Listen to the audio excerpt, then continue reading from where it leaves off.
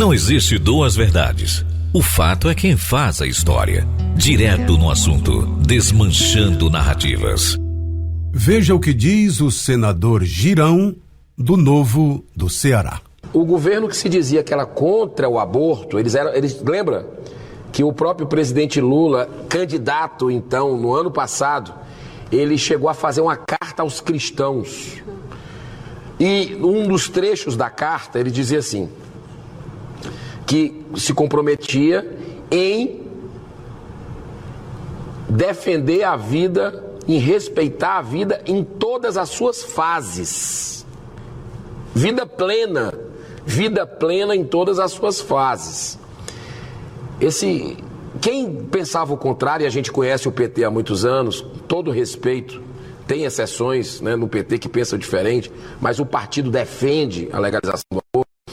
E quem conhece o PT sabia da história dele, de décadas, a favor do aborto. Então a gente procurou falar isso, acordar as pessoas para o risco que a gente estava naquele momento. E inclusive o outro candidato, que foi o Bolsonaro, que estava ali, tentou alertar também, foi calado pelo TSE. Foi proibido dizer que o Lula era a favor do aborto.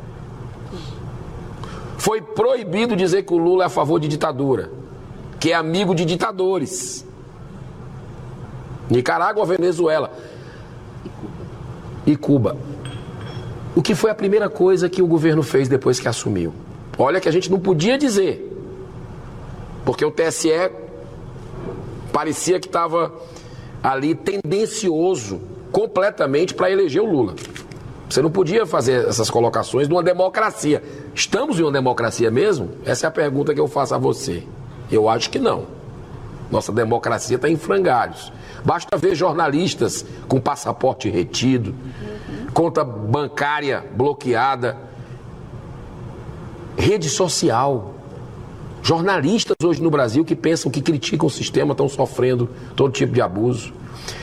Pessoas que não têm o devido processo legal, porque são conservadores. Empreendedores conservadores que estão sendo caçados implacavelmente hoje no Brasil. O Luciano Hang é um exemplo. As contas dele, mais de 10 milhões de seguidores até hoje, sem nenhum motivo, estão bloqueadas. E olha que eu até discordo de algumas pautas dele, mas ele tem o direito de colocar. É a liberdade, é ou não é uma democracia? Mas olha o que esse governo Lula fez desde que assumiu. Todas as práticas pela legalização do aborto. Até uma portaria do Ministério da Saúde, que fazia com que a gente fosse atrás, com que as autoridades policiais fossem notificadas para se punir o estuprador. Esse governo revogou, porque é a favor do aborto. Era uma portaria pró-vida, porque iria identificar o estuprador. A mulher que sofreu o estupro tinha que alertar as autoridades. E eles tiraram isso, ou seja, passa a mão na cabeça de estuprador, de criminoso. E outra coisa, tirou o Brasil do Consenso de Genebra. O Brasil estava no consenso com 50 países pró-vida, defendendo a vida desde a concepção. Esse governo, assim que assumiu, tirou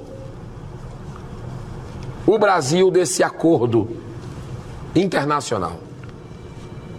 E agora, para completar, ou a gente aprende pelo amor, ou aprende pela dor. Tentamos alertar. Mas eu tenho certeza que pela dor a gente também, as lições nos trazem mais consciência, né? E são duras lições, provações, mas nós vamos passar por isso tudo, saímos mais fortes. Agora, recentemente, o Ministério da Saúde, através da ministra, outorgou, assinou embaixo de uma resolução, é 715 o número? De uma resolução do Conselho Nacional de Saúde, onde o governo Lula recomenda lá a resolução do Conselho Nacional de Saúde, que tem a assinatura da ministra, para legalizar o aborto, para legalizar a maconha, que foi outra coisa que na Carta dos Cristãos estava lá, mostrando que ele se comprometendo que era contra os jovens entrarem nas drogas, enfim. Então, essa é a realidade que a gente está, por isso que nós precisamos nos manifestar. Direto no assunto, a verdade que você precisa saber, a história que você precisa aprender.